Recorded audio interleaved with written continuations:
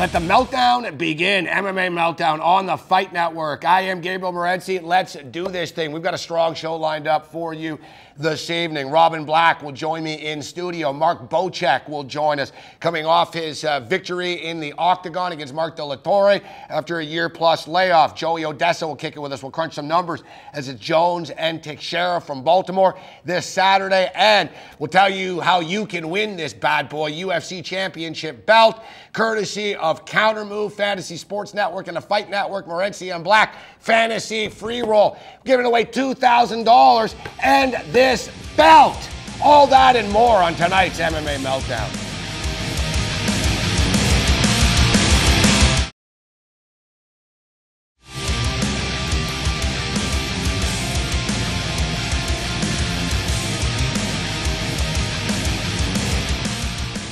MMA Meltdown on the Fight Network continues. Let's welcome in a regular contributor to the program and a friend of the show. And I think this guy might be our own MMA Meltdown champion, considering how many appearances he has made on the show. It's great to talk to him about an actual fight he was in. Mark Bocek steps up and in. Mark, it's always a pleasure, man. How you doing?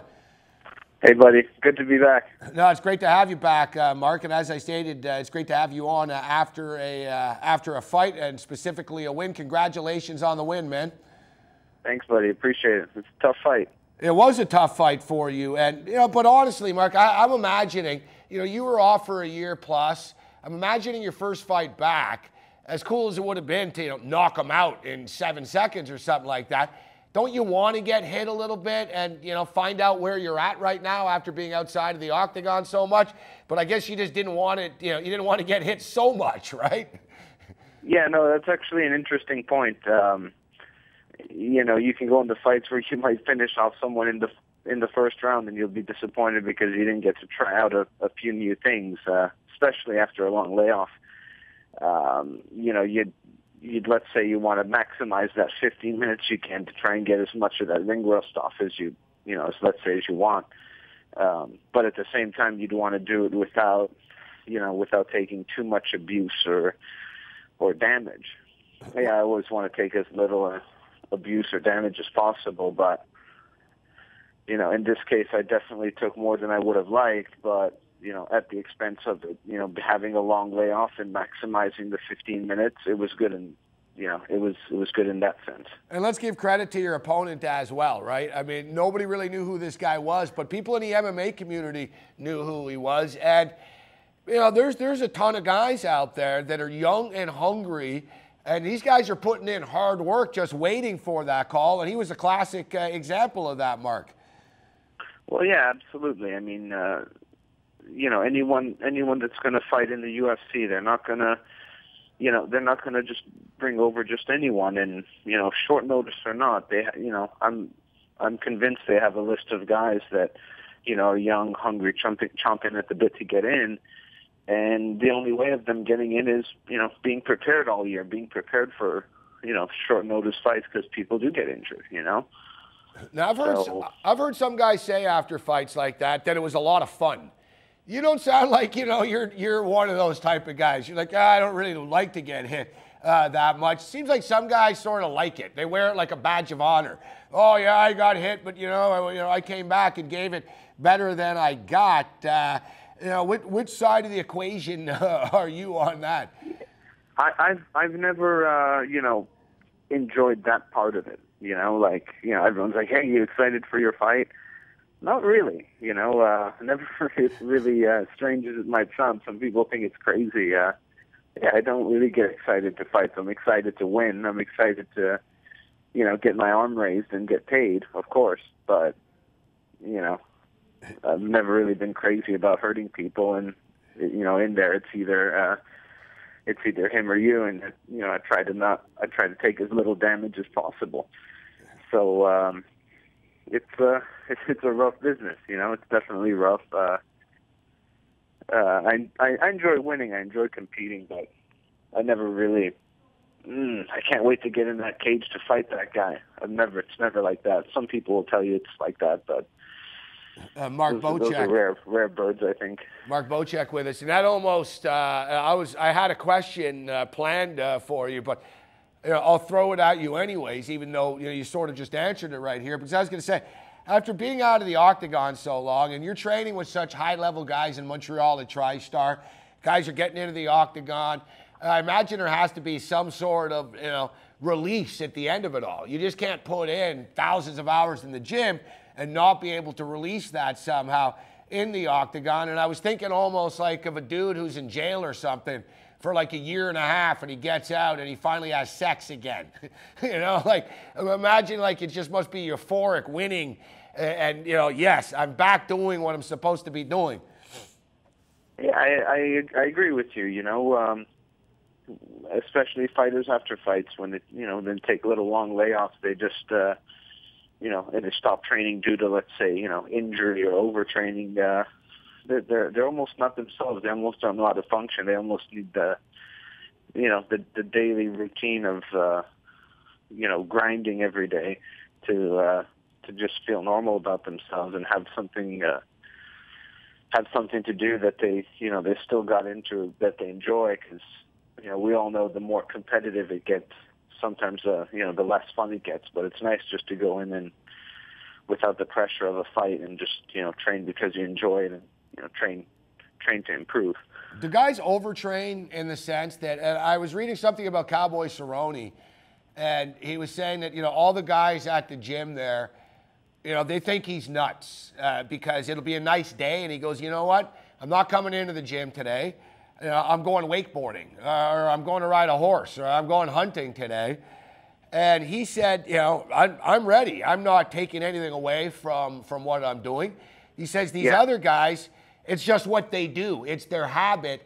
And it's funny, I can't believe I'm actually going to reference Adriana Huffington on MMA Meltdown right now. But she's got a book out right now about how people overwork. And you can still be successful without, the 20-hour workday. And I imagine, because I see it all the time, Mark, and I talk to fighters, and, they're like, oh, I put in a crazy, crazy camp. And they put in crazy camps every time. They're running in the desert, they're in the weight room, and I'm thinking to myself, every fight I've seen of yours, your conditioning's never been a problem. And so I think almost people are a lot of fighters, they're creatures of habit, so they're doing it because they think they have to do it almost, but it can be too much almost, physically and mentally to get burnt out, right? Yeah, no doubt. I mean, everyone's different. It's individual. Of course, every training camp is hard. I've never had one training camp fun, but you go through a lot of trial and error, and you see what worked better and what didn't, and how training's smarter or more efficiently versus more volume might have been the smarter way. But is it tense? Everyone's guilty of overtraining at some point. I mean, near the end, it doesn't make much sense to overtrain because you're not gonna make a cardio difference in a couple training sessions, and you really want to limit the risk of injury before a big fight. Basically, if you're not ready by then, you're not going to be. I thought it was interesting something you said earlier, in that the bigger the stakes, the less fun it is almost. I don't think people realize that. Maybe it's still fun, but it's a different type of context. And the New England Patriots aren't having fun at practice. They're trying to win a Super Bowl. And maybe a college football team, maybe they're having a great time and music is blasting, etc. TriStar, Faraz is a pretty intense guy. GSP was a pretty intense guy. The stakes are pretty high for all you guys that are fighting out of there. Is it a tense atmosphere there, or does it get broken up into more of a looser atmosphere and vibe? Or is there a time and place for the tense and then to ease off a bit? What's it like in there compared to other places? Well, you can sometimes just tell, when someone, has a fight coming up in a week or two. Sometimes they just kind of have that way about them where you can tell if it's a high-profile guy. Let's say most of the guys already know. But generally, I guess when they're not in their, in their own zone or lack of, focusing intensely, on what they're going to do on their fight, it's pretty lax. People, try and tend to joke around, so you can almost disconnect from all this crazy, the crazy mental aspect of fighting. Because if you focus too much on it, then it can wear you out. It almost, you know, when you have an opponent, when you have a date, and you start focusing on it and thinking about it all the time, it can kind of take a lot out of you. So it's good to disconnect from a little bit. But it's always in the back of your mind as you're getting closer. It's hard to disconnect from it, if you know what I mean. There's some intense dudes in there too. Like I think I've only seen Francis Carmel smile once. You know, he doesn't even smile after wins. And Rory McDonald's an interesting character. You guys, you know, Rick Hahn, a pretty serious guy. You know, but that's why you're so successful. There's a lot of serious guys in there that I imagine, you know, you could clown around a little bit. Very quiet, scary guys. Yeah, that's what I'm trying to get at. Almost. That's what I'm trying to get at. So as far as you're concerned, you know, you were off for so long. I know you want to rest up a little bit right now after a very physical fight, but are you looking to push the envelope a little bit? Do you want to get back in the octagon sooner rather than later? To tell you the truth, I'm a bit more banged up than I anticipated to be. You know, jacked the right hand up a little bit in that fight as well. Yeah, looking back on it, I wish maybe I would have even just. You know, been maybe even a little more committed to striking after I rocked him a bit, and maybe I could have, you know, well, that was the thing. Got that KO, but maybe I was just playing it just a little too safe, and I felt the hand a little, you know, the hand a little jacked up. So it's amazing, you know, isn't it? I guess it really goes. You know, you never really 100% when you get in there. Now, your first fight back, man, you find yourself in an all-out slugfest in bloodbath. Yeah, and I knew when I saw, okay, this guy's from the lab. It's like, okay, I mean, only killers come out of the lab. So, and this is a guy that at the same time has nothing to really lose at all. Yeah, those guys are all badasses in Arizona, man. Arizona, you know, they grow up tough, fighting in the streets and stuff. He was in shape too. I've been training hard for a little while, so I know what it takes to be in fight shape. And this, you know, this dude wasn't getting off the couch on a week's notice. There's no way. Mark Bocek with us. So, Mark, you know, when you weren't fighting in the past year plus, when you were off, we had you on often as an analyst and breaking down upcoming fights. So before we let you go, just let me quickly pick your brain a little bit. John Jones and Glover Teixeira coming up this weekend in Baltimore. John Jones is a 5-1 favorite, as high as 6-1 in some spots. He's coming off that big war against Gustafsson. Teixeira is one of these killer types that, you know, has been climbing the ladder, finally gets this opportunity. But for me, and, you know, I'm no expert here, but it just seems like a bad matchup for Teixeira to me. Teixeira gets hit a lot. He gets into the pocket. He's going to want to exchange with Jones. And I just think that's dangerous if Jones fights an aggressive fight. But Jones sometimes fights a little cautiously. I'm intrigued by the matchup, though. Mark, how do you break this down? Yeah, you know, I agree with you. And you know how it is. MMA on paper is so tough to predict. Yeah. I do like Jones in this one. We all know how tough Glover is. Gustafsson gave Jones a good go, but again, Gustafsson is a different style matchup than Glover as well. I like Glover; he's dangerous, but I think Jones has a few more tools in his toolkit. So, and we've seen he can dig deep. I'm going to have to go with thinking Jones' decision on this one. Anthony Johnson back in the UFC, and Johnson's been kicking ass. He's a big dude. I mean, he couldn't make weight. Whatever, he paid his price. He's back. He's back right now. He's big at 205. Yeah, I know. He's a big man.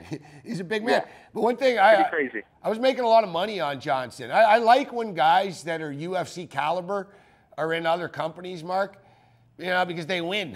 So I was loading up on Johnson in the World Series of Fighting. That's right. And he treated me very well. So he gets a damn good fighter in Phil Davis. And I don't know what Dana White's issue is, why he's always poking Phil Davis. I don't know if he's trying to get the best out of him, but saying that Phil, you know, doesn't have the killer instinct, doesn't really want to be a champion. And, you know, I don't know if he's just trying to motivate him a little bit, but I've got a ton of respect for Phil Davis as a fighter. We know the guy's in great shape. We know about his wrestling.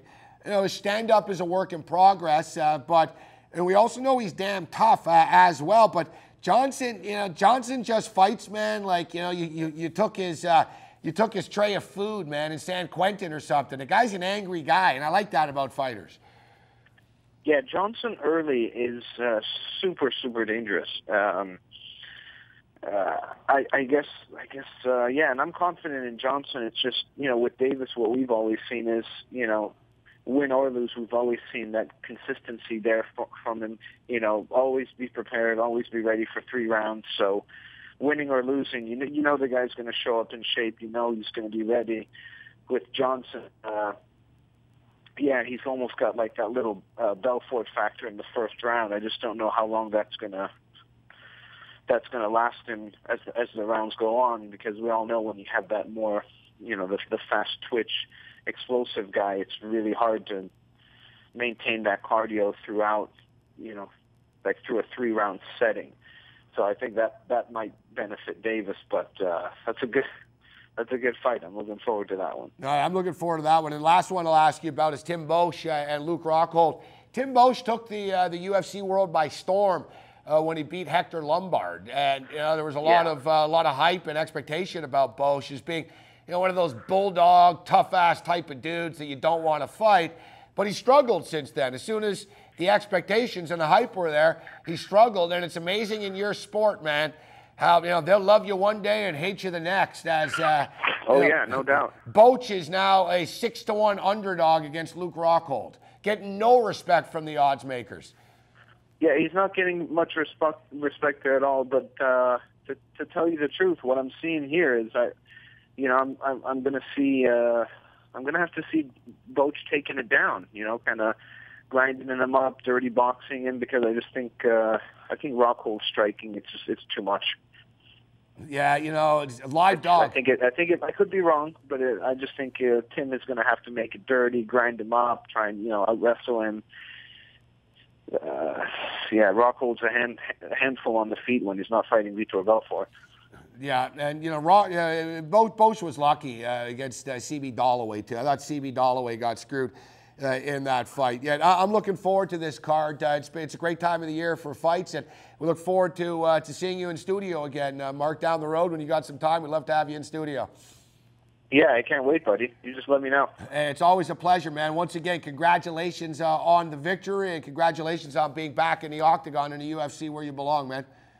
Hey, thanks, buddy. I appreciate it. There's Mark Bocek with us, coming off a hard-fought win, but I'll tell you what, and Bocek's a friend of the program. Bocek was in all of my parlays. We did very well last week on the card. We did pretty well on Saturday's card as well, but I'm going to be betting on this De La Torre guy in the future. As I stated, these guys from Arizona are badasses, man. And people don't realize.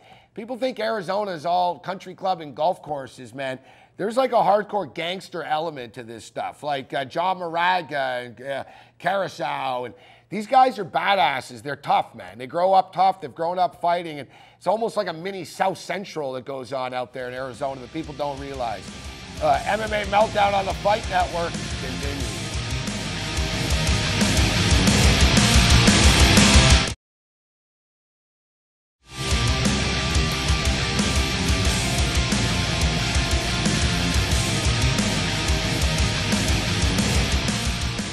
MMA Meltdown on the Fight Network continues. I'm Gabriel Morency. Great stuff with Mark Bocek. We welcome Robin Black to the program. Robin, it's always a pleasure. How you doing? Good, man. Good hanging out with you.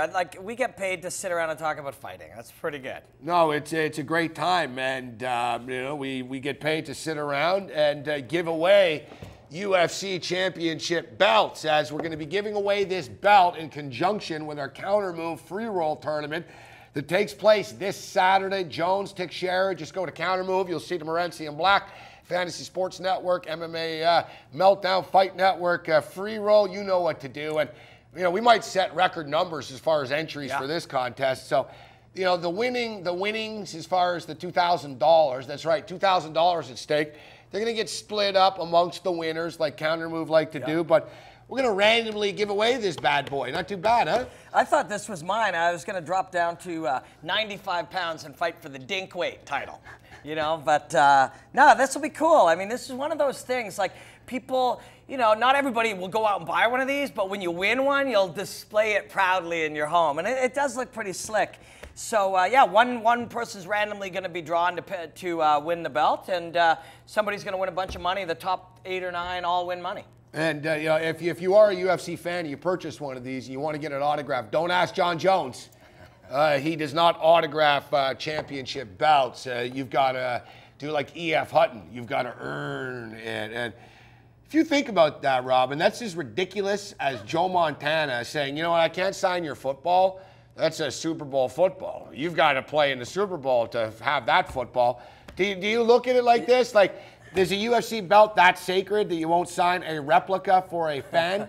I think he's making it that sacred in his own mind. I mean, in a lot of these guys' cases, we see this in every sport. Guys need to put on socks in a certain order. Guys need to do things in a certain order. And with this kind of thing, I honestly think because of the nature of this particular athlete, he's making it sacred to himself, saying, you know, he probably doesn't touch it before the day of the fight, all these kinds of things. And that can make it mean more to a guy. Or it could be being a dick. I don't know. Have I violated a code by touching it? Yeah, you shouldn't be touching that, man. Who knows what could happen? Now you're never going to win a UFC title. I just cursed myself. Yeah, you did. I know. I was hoping for the a new division, the loudmouth douchebag division. Oh, nice. I might have had a chance. You got a shot to grab a belt there. You got a shot, but there's a lot of those at MMA Media. Now, this might be exactly the rankings are long. Yeah. I'm not even in the top 10. No, you got at a lot of work my own to do. mind. But you got a lot of work to do. But what about if we talk about Ronda Rousey? Maybe that'll get in the top 10. This is politically incorrect. But speaking of douchebags, Ronda Rousey's comments about Cyborg. She did an interview with MMA Fighting, MMAfighting.com, and it's a pretty interesting interview in the sense that, she was very, very open and honest about her feelings, in which, she basically said that Cyborg Santos should be barred for life. That Ronda Rousey believes that if you fail one test, you should be barred for life. And I find that pretty interesting coming from somebody that trains with the Diaz brothers and Jake Shields. Yeah, so, her level of thinking there, I don't fully get. But where she crosses the line, in my opinion, is she calls Cyborg it. She said, why would I fight her? She's not even a woman anymore. She's closer to a man. She says, let's call her it. She's an it. She's not a woman. That Robin, that's past, I would smash her, screw her. Yeah. That's demeaning. That's demeaning. When you call someone it. And Matt Mitrione got scolded by the UFC for calling Fallon Fox it. It's demeaning from a human being standpoint to call somebody it. Yet, I don't see Dana White in an uproar about his girlfriend Ronda, and I don't mean they're, dating for real, but you know what I'm saying? Yeah. His the little pretty girl of the company here. I don't see him freaking out about calling her it. To me, it's a line that's crossed that really is crossed when you're hiding behind Dana White, Ronda. Why don't you step up? You're willing to fight Gina Carano? Is my memory, maybe I've blazed a few too many spliffs since Carano and Cyborg. Who won that fight? I think Cyborg won that fight. I think Cyborg smashed her. And now you're going to try to sell us Carano? Some D-League actress, Carano's back. Meanwhile, Cyborg gets called it, not even allowed in the freaking building. And Rousey, you're like one of these kids on that show, Scared Straight on A&E. You're mouthing off at the inmates because the cameras and the security are there. Open the cell door. What do you have to say? Do you agree or disagree? It really upsets me. Yeah, no, I like how honest you are, and I like how if something pisses you off, there's a lot of people in the world, in our area of media, in every area of media. Because they want their little laminate, so I got to get my credentials. Hey, man, how about buying a ticket like everybody else? I'd rather buy a ticket and voice my opinion than get a free pass. Well, I'd like to be your foil on this, man. I would like to disagree because that's part of the fun of doing television. But there's a couple things. One, unfortunately, I haven't read that. So without reading it, now you can say, it's my job to read this, but the whole internet is full of content. And so I spent the last 6 hours watching Fight Pass, looking for things to break down. And during that time, you miss out on it. So one, I can't speak to it directly. I like Ronda Rousey. I like how driven she is. I like what an animal she is. I like how mentally obsessed with fighting. When she fights, I need to see it. Now, I don't know how. She's awesome, and I agree with everything you just said about that. I think she's an awesome fighter. But you can't call somebody it when you know that your boss is protecting you. Maybe she would beat Cyborg. I don't know. But you're not the best in the world, and the UFC can't keep telling us, these are the best 2 women fighters. Who? Tate and Carmouche were the best the other night. You're delusional, man. Cyborg Santos, whether you like her or not, she needs to be recognized. Yeah, well, you know, she just lost in a kickboxing fight. How about we start there? That's Muay Thai. Come on. Piss him off here. You know what? She's one of the best fighters in the world. She's the best fighter at 145 pounds. Jiu-jitsu competition. Do we hold it against them? Fair enough. But she is undeniably the best mixed martial arts female at 145 pounds, which Ronda Rousey, to my knowledge, does not fight at. So that is where our problem begins, right there. Can she step up in weight? Well, sure. Cyborg, well, Ronda Rousey did say a couple of years ago she would win at 135 and then go to 145. Yeah, maybe she's not ready yet for that. Cyborg called the bluff and said, I'll go to 135. And then Dana White says, I'm concerned for her safety. Yeah. She's got your concern for her safety. She makes 135 one time and crushes somebody, she's in that fight. I will guarantee you she's in that fight. She's just got to make it once, go in and beat somebody up. She'll be in that fight. I guarantee you she will not be. She will be, because they're motivated by finance, as any big, powerful company is, as any smart sports endeavor is, motivated by finance. And Ronda Rousey versus Cyborg is going to do big finance. Yeah, but what if Cyborg smashes Rousey and then they're stuck with a steroid machine that barely speaks English? They don't want that. Why do you think they don't mind Carano coming in? Because she's hot. They don't care. Rousey, Dana will throw Rousey under the bus in a second if Carano's back. He doesn't care, as long as he's got a hot chick as his champ. You know what is the only thing that would do bigger numbers than Ronda Rousey versus Cyborg? Is if Cyborg wins, is Ronda Rousey versus Cyborg 2. Look what happened. Anderson Silva got knocked out by Chris Weidman. They did it again. That's even if in this imaginary world Cyborg could make 135 pounds. And let me say, calling somebody it, not cool in my books. I didn't read it, but when I see that, it is going to really diminish my opinion of Ronda Rousey, who I think extremely highly of. To me right now, from a ferocity standpoint, is one of the #1 fighters in the world. But let's say in our fantasy universe that Cyborg drops down to 135, smashes somebody, gets that fight, and does beat Ronda Rousey. And there's no guarantee she would, because Rousey put her on her back one time, armbar her, it could happen. But let's say that she goes in and she annihilates her. This has been the most powerful, dominant woman in fighting history. She gets an instant rematch, double the money. And there's no way they won't make it. They will make it 100% if she can make 135. And listen, again, I'm really disgusted if she called her it, especially if she called her and meant it. But you know what? That's probably just going to build that whole egg up when it happens. Yeah, but to me, it's like egging on a caged animal. Like you're poking her, and look, you're locked up, and my boss, I'm rich, I'm in movies, I have blonde hair, look at me, look at you, I'm fighting Carano. It's like just shut up and fight her, shut up. Like, yeah. How do you really feel, Gabe? How do you feel? I don't like Rousey, but and you wouldn't beat Floyd either. I don't know what the hell Rogan's She would smoking. destroy Floyd. I don't want. Yeah, in a fight. No, in a boxing match. In an MMA match? No. Yeah, in a fight, in the street, the next in the movie bar, Rousey in the would casino, be doing, Ronda Rousey submits Floyd Mayweather, chokes him unconscious. No, I'm willing to bet $5,000 right now. I swear to God. We got to come up with a lot more money. I will put a month's salary on the table right now. If this was happening, Floyd would break her freaking jaw. And it's not like Floyd hasn't hit a woman before. So don't think he wouldn't freaking do it. Are we still on the air? Did they cancel the meltdown yet? I'm having a lot of fun with you, man. I'm scared. Floyd would kill her. He'd kill her. I think he might do some damage to her, but she would submit him. She would choke him unconscious. We got to wrap it up. Jones, Teixeira, who do you like? You know what, John Jones, man, it's hard to bet against him ever. But I did say that he was going to destroy Gustafsson, and that didn't happen, so who knows? Hey, play our free roll on counter move, and you might win this belt. MMA Meltdown on the Fight Network continues.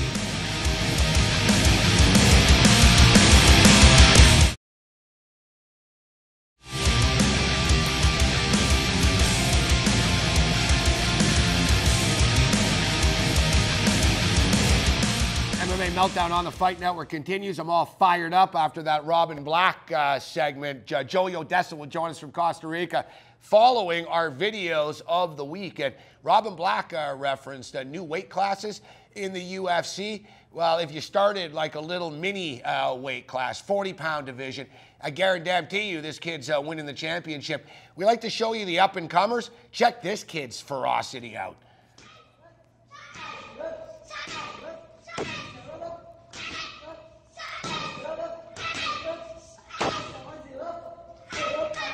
Check out the head movement.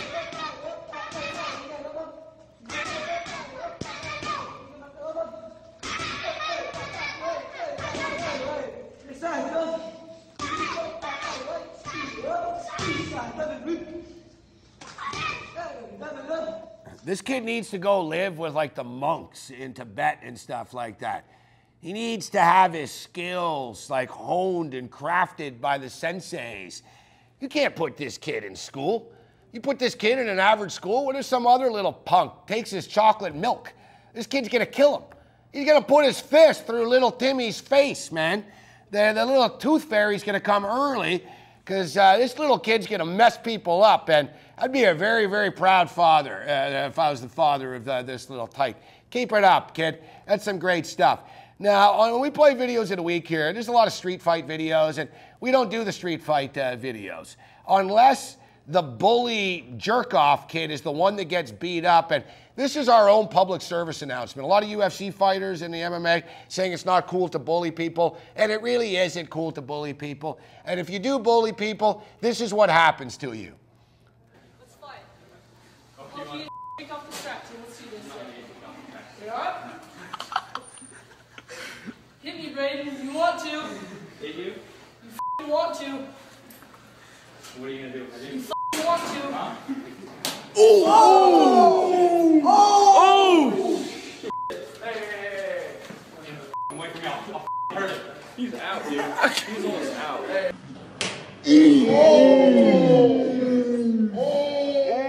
See, if we were showing high school fights, we already hit our new low last week with the midget fight club from Mexico. We already hit a new low, but we wouldn't show you high school fights unless the jerk-off kid was the one to get punched. Beast mode, no more. This next one, also from the high schools, looks like California to me, maybe Arizona. And this is some great stuff. And this girl's ground and pound. I'm dead serious. This girl could be a fighter. Check it out.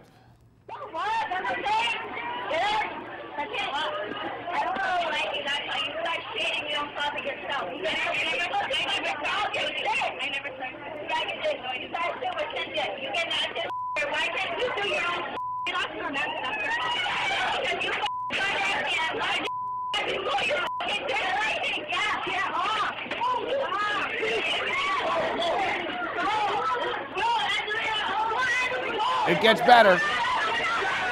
Check out the ground and pound. Bam, bam, bam, bam. This chick's nuts, man. Whoa. You want some more?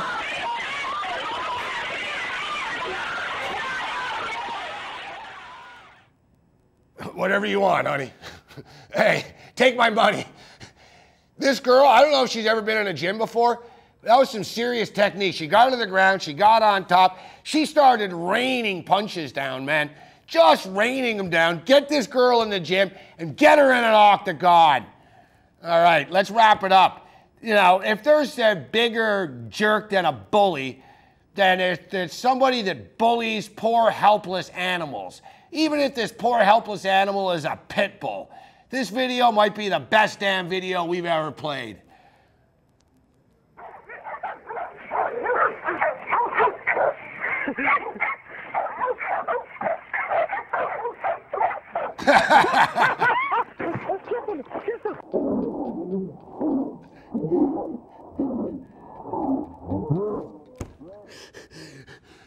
Unfortunately, we didn't get to see the pit bull like eat this guy's leg, like a turkey on Thanksgiving. But we got the good gist of it there. Do not taunt pit bulls. Joey Odessa joins us. Coming up next.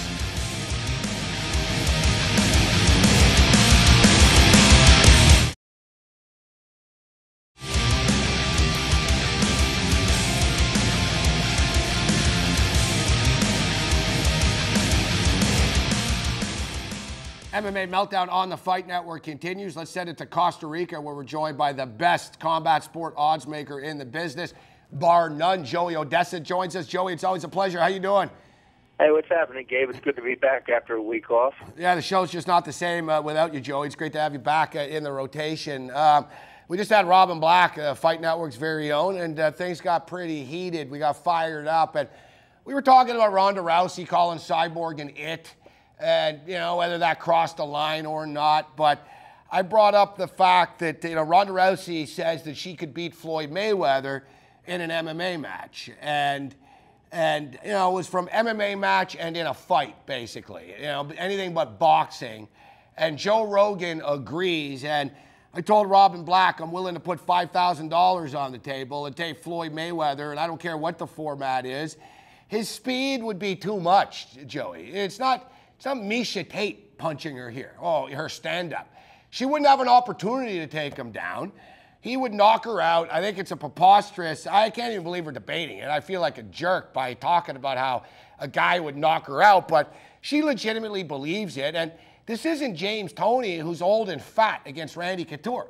Floyd Mayweather's not old or fat, and I don't mean to be, Floyd would mess her up, in my opinion, Joey. I disagree vehemently with Rogan.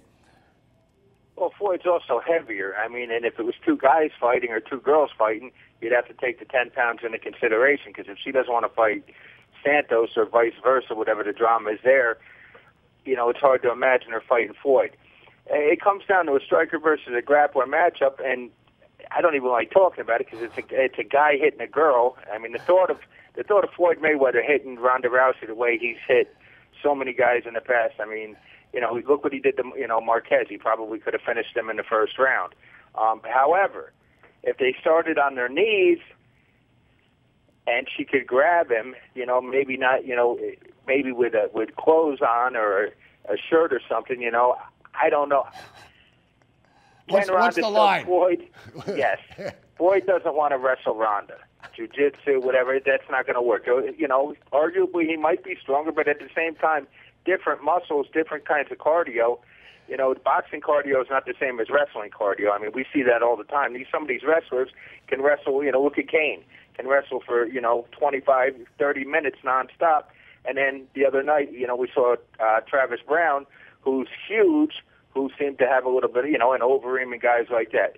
So my final answer is, when Floyd hits her, which he will, he's going to hurt her. And it's just, it's ridiculous we're talking about it. I'm surprised you brought it up. I brought it up because Rogan can, listen, if Rousey talked about beating Cain Velasquez, I didn't talk about it. She threw the Floyd Mayweather stuff out. I was like, God, man, this girl's too much. I didn't talk about it. But then Rogan spent an hour on his podcast saying how he believes it, and he broke it down. I got to respect his opinion about it. And the reason we're talking about this right now is because Rousey is, she's on fire right now. It was an interesting interview with MMA Fighting in which she basically went off on everything. So just quickly here, Joey, what was the number? What would the number be, Rousey and Cyborg? Because there was fictitious numbers before, right? And wasn't Rousey like 2-1, minus 200? Yeah, I think, I believe that Ronda beats, well, I don't want to call her Cyborg. I don't know what the politically correct thing to call her is. Cyborg, that's fine. I mean, gosh, it's just, when I think of Cyborg, I think of her. But it's just, it's kind of mean, but it's not a good nickname. Why don't you just call her it, Joey? Ronda already did. I mean, she called her everything, but see, we're talking about it. And Ronda, anytime you bring up Floyd Mayweather's name in a conversation, you're talking about the highest paid athlete in the world. I mean, it's brilliant. Ronda's just putting herself, to even be mentioned, in the same sentence as Floyd. I think Floyd's the best of the last 30 years boxing that I've seen. Roy Jones, maybe a prime James Toney, Marco Antonio Barrera. But to get back on topic, Cyborg and Ronda, I like Ronda in the fight. Cyborg can hurt her, but Cyborg just got lumped up by a striker. Everybody says the Muay Thai match didn't matter, and I differ in opinion. I think it showed some things. It showed that she can be hurt. She was knocked down. It shows that she can recover because she got blasted. And the girl that beat her, they're two different sports, Muay Thai, but stand-up is her strong point. The girl that I beat don't her, think though, it's Joey, grappling. didn't the girl that beat her have like 85 fights or something? Like, nobody wants to fight that girl. So, but if she loses there... But she didn't have, let me correct that. And I'm not an expert on the Muay Thai and all that. From my understanding, she had an 8-2 Muay Thai record. The rest was K1. Okay. And the fight was Muay Thai. Okay, yeah, okay. But let me put it there this is a way, difference. Joey. If a UFC fighter competes in a jiu-jitsu competition and he gets his ass handed to him, does that affect your opinion of him? Yes, it does, and that's why we're All doing right. beat Okay. Travis Brown. All right. Well, we'll pull a Barry Horowitz, Joey, and pat you on the back and myself on the back. You and I were pretty much, very, we were in the minority in liking Fabricio Verdum. I couldn't believe that Verdum was the big underdog like he was, and Verdum dominated that fight. And you were telling me last week on our podcast, it was on the radio show, you were saying, Travis Brown ain't going to sniff a belt. He's not, he get killed by Kane, but he's not even going to get the sniff. So he doesn't. And I think it's true. Travis Brown isn't world-class elite. He's good, but he's not Kane good. He's not, Dos Santos good. And Verdum pretty much getting to be in this conversation. I got a lot of respect for Verdum's game, Joey. This guy's... Verdum used to work with Crow Cops, so he's been in there. He's if I'm not mistaken, he was Crow Cops, jiu-jitsu coach and grappling coach and those guys. I mean, Verdum's been around forever. He's been in some tough fights. I think that Travis Brown, his size is obviously an advantage. Hindsight is always 100% too on those numbers. People bet on Travis. They pushed that number way up, over minus 200. That was money that moved that. It wasn't opinions because there was, some sharp guys. Hindsight again. You called it. You said he's Tim Sylvia. This is the reincarnation of Tim Sylvia. And I did say that. Yeah, I said right. it was a reincarnation of Tim Sylvia, and I kind of stand by that. He did gas. I think he's better than Sylvia. People say he's better than him in all areas, but yes, you I just agree. don't know. I agree. With that. Two different generations. It's hard to tell. But looking at it, and now with the exposure, and now that everybody can see these guys fight, you can see the glaring differences. What does it mean about Overeem and Barnett? What does it mean about Overeem and Barnett? And I hate, he lost to him and then that guy. But, Brown is tough. He's a real tough guy, but he's not overall a threatening fighter. And as you mentioned, Verdum is just putting everything together right now. I think Kane beats him, but it's going to be a big layoff for Kane. I'm looking forward to that fight. It's expected to take place in Mexico in November. Joey, unfortunately, we only have like 2 minutes left here. If that, John Jones, Glover Teixeira. You've never been a big Glover Teixeira fan, I know. I've watched not all, I can't say all, but I've watched the majority of Glover's fights going all the way back. He's only got 2 losses, and ironically, one of them is to Ed Herman. Not the Ed Herman, the heavyweight Ed Herman that had the record that looked so great, but the other Ed Herman that earned his way through the Ultimate Fighter and worked with Extreme Couture. Anyways, I don't see Glover beating John Jones. No, I don't envision it unless there's an injury. It's not going to happen. Glover's last couple fights. Look who Jones has beat. He beat Gustafsson, arguably one of the best strikers. He beat Sonnen. I don't put a lot of credibility into that, even though Sonnen's tough, but he beat a wrestler that doesn't have quite the striking. And don't forget, Joey, against Teixeira and Bader. Bader really rocked Teixeira, man.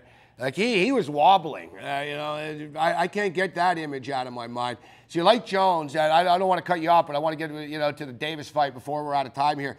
Davis and Anthony Johnson. We had Mark Bocek on earlier. He said, Johnson real dangerous early in the fight, but he thinks Phil Davis's cardio and conditioning is the difference in the long haul. Do you agree with that? I think that Phil Davis, as long as he remembers where he came from, his roots are his wrestling. Look, he lost to Rashad Evans, who could, he neutralized his wrestling with better stand-up. Now, I don't think that Anthony Johnson's wrestling is comparable to Rashad's, obviously, but I believe he's working with those guys down in Florida. Isn't he with the Black Zillions? Yes, he is, yeah. He's improved. He's improved. He's one of the most improved guys out there. You're talking about a guy at 170 that, back in the day was losing the bouts to Koscheck. He was losing the wrestlers. So Phil Davis is a 4-time All-American out of Penn State. He beat Gustafsson, who everybody thinks has a shot against John Jones. I'm in the minority. I think he's got a shot, but I don't think he beats him. I think Davis wins this relatively easy after the first round. And, you know, all things considering, at minus 200, it's really a kind of a fair price. But Joey, we got to get out of here. If you want more Odessa, we break down the prelims, and we talk all kinds of crazy stuff on Sirius XM channel 167. It's MMA Meltdown Radio, Tuesday nights at 10 o'clock Eastern. You're the best, Joey. Always a pleasure. Okay, my pleasure, Gabe. Have a good one. MMA Meltdown on the Fight Network continues.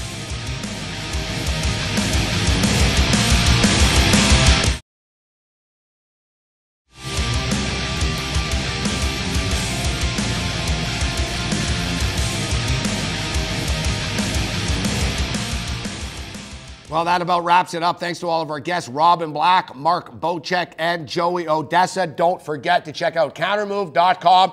You'll see the Morency and Black Freeor right on the front page, giving away $2,000 and this belt. The belt will not go to the winner of the tournament. It'll go to a random person, but you have to participate in the tournament to be eligible to win this bad boy. Other than that, you're on your own. Later.